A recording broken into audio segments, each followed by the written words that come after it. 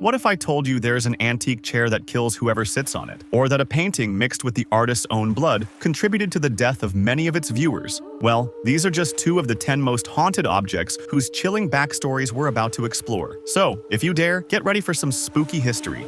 Living up to its name, the Hope Diamond caused no small amount of hope and despair for those connected to it over the years. Weighing in at a massive 45 carats, this deep blue beauty is the most infamous gemstones out there. Some believe the Hope Diamond carries a curse that's followed it for centuries. According to the legend, the diamond was stolen from an Indian statue long ago. The thief met a pretty grim end shortly after. From there, a string of wealthy owners and admirers seemed to suffer really bad luck or straight-up tragedy. Antique dealer Jean-Baptiste Tavernier was eaten by wild dogs. French jeweler Jacques Collet died by suicide. Even Princess de Lamballe lost her life in the French Revolution. Now, while many historians branded the curse as a clever marketing ploy, you can't deny it's a crazy coincidence that so many early owners met grisly fates. Yet, after all those deaths, the supposed hex seems to have died down since the diamond made its home at the Smithsonian in 1958. The first question you'll likely ask upon seeing this unusual statue is, what am I looking at exactly? Well, this mysterious limestone statue from ancient Cyprus is seriously shrouded in mystery and potential curses. Dating back to 3500 BC, it was uncovered on the island in 1878, but good luck figuring out what or who it's supposed to depict. Despite the unknown origins, one thing's clear. This piece seems to have a habit of bringing death wherever it goes. The first family to own it allegedly all perished within 6 years. Then Ivor Minucci took it home, and tragedy struck again, taking him and his family after only 4 years. When a third family got their hands on the statue, multiple members died as well. At that point, you'd think they'd get the hint. But 2 clever members donated it to the Royal Scottish Museum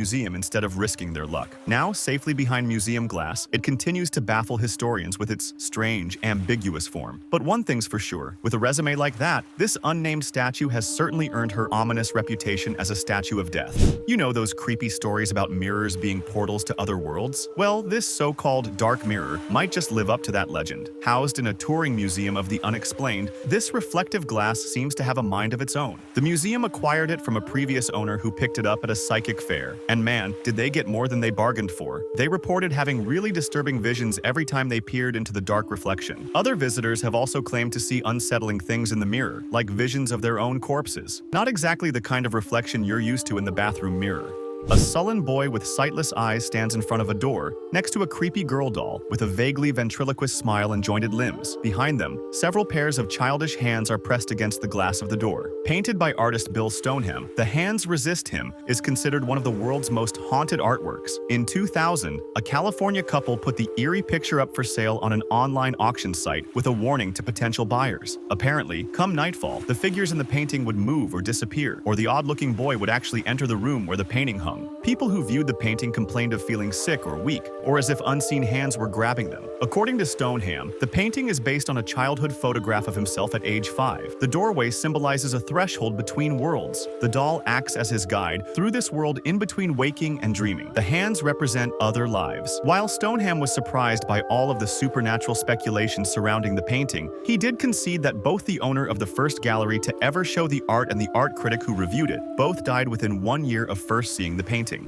Back in 1702, an Englishman named Thomas Busby came home to find his father-in-law Daniel sitting in his favorite oak chair. Unexpectedly, that was all it took for Busby to strangle the man right then and there. Then, arrested for murder, on his final walk to the gallows, Busby's last act was stopping at his local pub for a pint in that same chair. As he drank, Busby cursed the chair, saying, "May sudden death come to anyone who dares sit in my chair." And from that day on, any poor soul who took a load off in that chair seemingly met their demise in mysterious ways. Since 1972, the chair has hung from the ceiling of the Thirsk Museum in North Yorkshire, England, so no one can sit in it, even accidentally, and it comes with a sign saying, "Do not sit," for good reason. A Dibbuk Box, according to Jewish folklore, is a wine cabinet haunted by a restless, evil spirit. In 2001, an antique buyer in Portland, Oregon, attended an estate sale at the home of a 103-year-old Jewish woman, the only member of her family to survive the Holocaust. Among her possessions was the odd cabinet. The woman's granddaughter reportedly told the dealer that her grandmother had always always kept the box hidden because it contained a malevolent spirit called a Dibbuk. The dealer soon learned firsthand about the power of the captive spirit, claiming the doors and gates to his art studio were locked by themselves, and the air inside began to reek. When he gave the box to his mother as a gift, the woman suffered a major stroke. Weeping uncontrollably in the hospital, his mother spelled out "hate gift." Frantic, the dealer decided to list the box on an online auction site, along with a story detailing its horrifying backstory. Later, a museum curator named Jason Haxton purchased the Dibbuk Box and wrote a book about its history.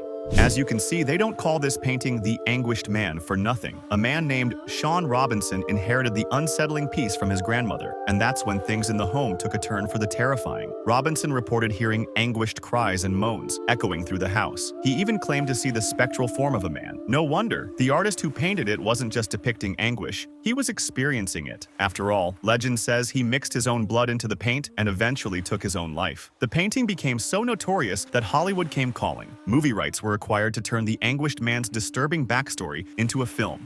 Well, this one is a tad weirder. Whether you consider this an object or not is up to you, but it was just too wild to leave off this list. In short, several people who had the phone number 088888888 have died in pretty intense fashions. The number's first holder, former Mobitel CEO Vladimir Grashnov, died of cancer at 48 in 2001. The number was then passed to a Bulgarian mob boss who was shot and killed by an assassin in 2003. After that, the number became businessman Konstantin Dishliev's until he was fatally shot outside of a restaurant in 2005. The number was suspended after that, and mobile phone company Mobitel has yet to explain why.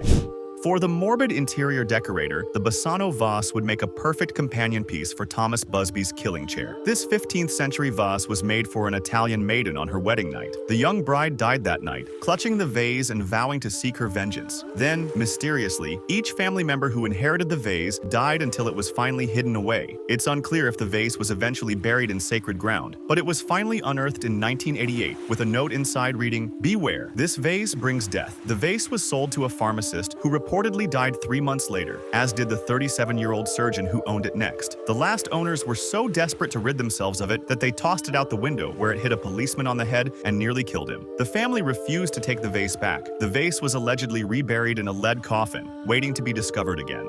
The Annabelle Doll's name comes from the alleged girl who possesses it. In the early 1970s, a young college student named Donna gave the doll to Ed and Lorraine Warren, a now famous pair of paranormal investigators. Originally, Donna received the doll as a gift from her mother, who purchased it from an antique shop. Over time, Donna and her roommate noticed that the doll had a tendency to move, be it from locations throughout the apartment or positions, upright, legs crossed, etc. Later, after these realizations, things escalated. Donna would find notes reading "help" in the apartment, and one night even came home to Annabelle repositioned and covered in a red substance. That's when she decided to contact a medium. Sure-footed in the answer, the medium told the girls that the doll was inhabited by the spirit of someone who was killed in their building. However, when their cautious friend Lou voiced his concerns that something more sinister was afoot, the story goes that Annabelle attacked and killed Lou when he got up to investigate noises while hanging out at the girls' apartment one night. At their wits' end, the girls contacted the Warrens via a priest, who decided the doll contained a demon straight from hell. When an exorcism failed to do the trick, the Warrens agreed to move the doll to a secure location, inside a glass box at their museum in Connecticut, where it still sits menacingly today. So let us know in the comments which of these haunted objects shocked you the most. And if you enjoyed the video, don't forget to like, comment, and subscribe to our channel. Also press the bell icon for instant notifications so that you never miss a video from Factastic Trivia.